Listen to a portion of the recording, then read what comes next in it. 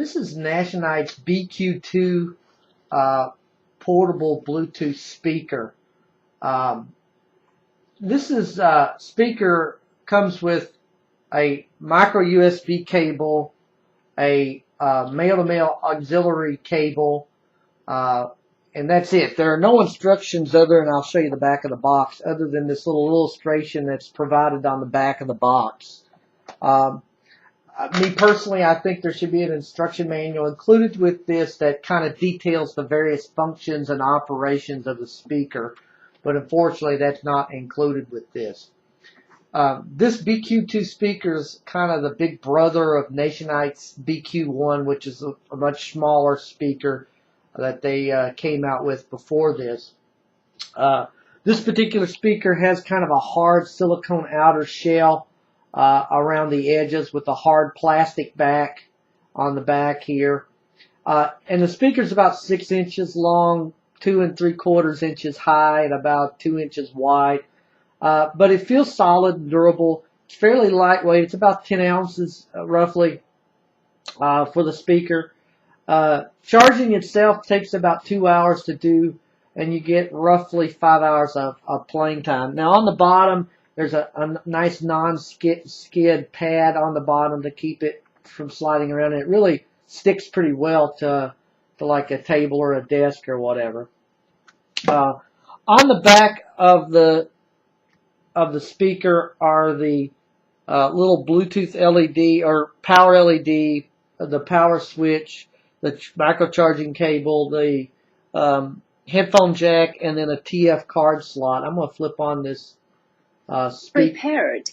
So as you can hear, Enter to Bluetooth. this has and it brings up my first issue with this. It has a kind of an accented English accented voice that sometimes is kind of difficult to understand when you're going through the various modes. It sometimes is kind of heavily accented or just kind of grammatically odd. And sometimes I have a hard time understanding what it's saying. So I think this could definitely use a little bit clearer speaker or a little bit clearer English speaking or non-accented speaker for this speaker to make it a little bit easier to understand.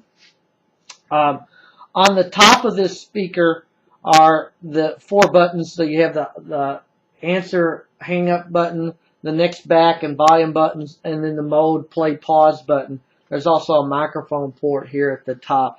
But the one thing I do like about this that Nationite does right is it makes the buttons easily marked where they're easy to see, because sometimes speaker companies will blend in those button markings and make it really difficult to tell which buttons what. But these are nicely marked and a decent size, easy to push. Pairing via the Bluetooth connection with my Android phone was pretty quick and easy. No issues there. No different than most other Bluetooth speakers that I've dealt with. The Bluetooth range itself was pretty good. It had some minor cutting out at about 25 feet or so, but for the most part was okay. I tried this both via the auxiliary cable and via Bluetooth, and the speakers sound-wise was pretty good musically, clear vocals, good instrumentation, and decent bass, although it wasn't as loud or had as much bass, though, as some similarly sized speakers that I've used. There was no distortion that I could tell, though, at higher volume levels. I also tested this speaker's ability to make and receive phone calls, and that was okay. The conversation sounded decent on both ends. The speaker has a caller ID feature that calls out the number that the number's calling in that same accented voice, but at least that part was fairly understandable without a problem. Now, although it's not indicated, the speaker has a built-in radio feature built into it. Unfortunately, there's no display to show what radio frequency you're at, and I personally don't like that.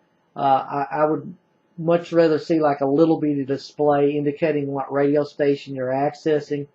And of course, there's no instructions on how to access the seek function, but you kind of get to it by hitting this mode button and holding it down. Enter radio in plane.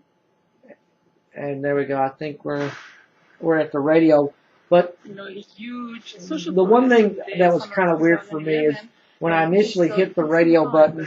Let me turn this off so you can hear the radio. It's changed only for the worse.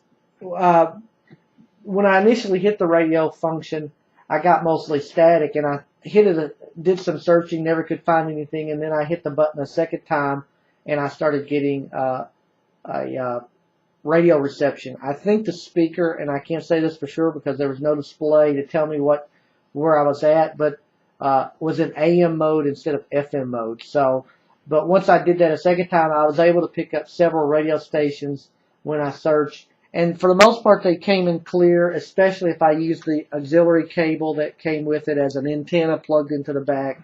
It came in pretty clear. But again, I really would like to see a display on these types of speakers that have a radio function. You know, overall though, this is a pretty durably made speaker, much better than the BQ1, which I had some issues with.